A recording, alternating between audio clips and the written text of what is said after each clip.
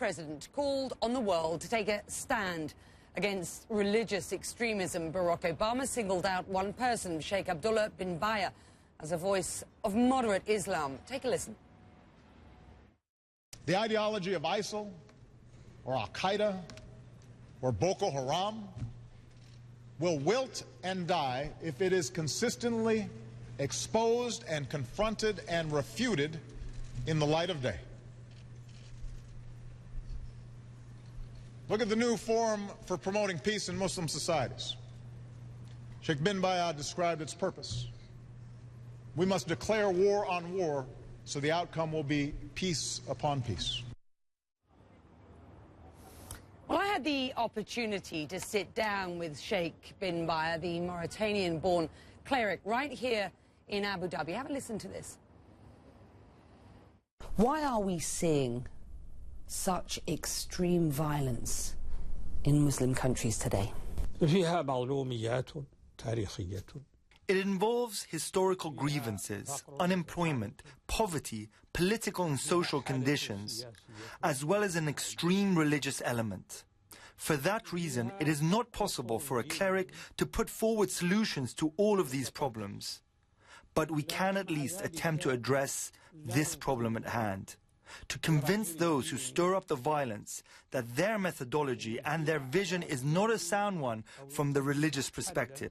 The US president asked the world to challenge what he called the perverse ideology of ISIS or Daesh. I'm going to show you a recent training video, a video called Blood of Jihad.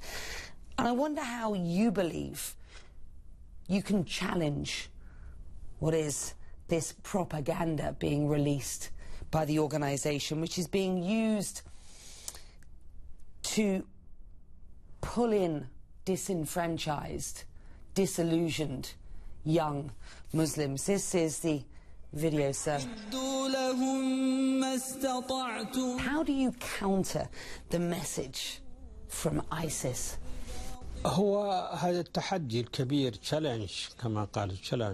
This is a great challenge that has to be confronted with a strong response. This is what it means to wage war on war. This is challenging our existence, and its treatment has to come from Islam itself, using the same language that the extremists understand. For some time now, we have been crafting the appropriate language. Islam does not call to war. Islam invites to peace. With respect, sir, given these slick propaganda videos that you see, the likes of Blood of Jihad and Dabiq, the magazine that ISIS releases, there are those who say that scholars are no longer relevant to this younger, disenchanted, disenfranchised Muslim. Your response? The scholars themselves are in need of introspection. We need satellite channels in order to reach people. And we need means of communication, the internet and social media, because to a certain degree, scholars today are incapacitated. The scholars are the only ones who are able to challenge those ideas. Military opposition is not enough, and I think the world is beginning to admit that. Military solutions are not effective solutions in reality, because even though one group can be stopped today with military might, another will emerge somewhere else. So the real solution is an intellectual and social one. To some, sir, in the West, you are a controversial Muslim leader. The allegation is that you signed a fatwa post-2003 on killing US soldiers. Did you? I have never issued a fatwa to kill anyone. My fatwas are for supporting, promoting, and for protecting life. I have never given a fatwa that has to do with death and killing.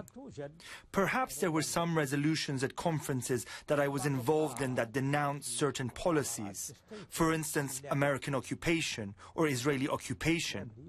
But I don't believe that denouncing occupation is a fatwa to kill anyone.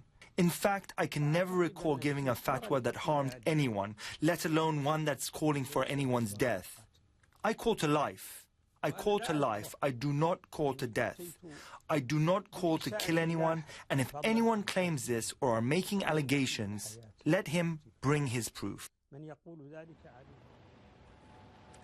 Sheikh Bin Bayyah, who is part of the narrative as you hear more and more voices in this region and around the world looking for inspiration in the fight against terrorism.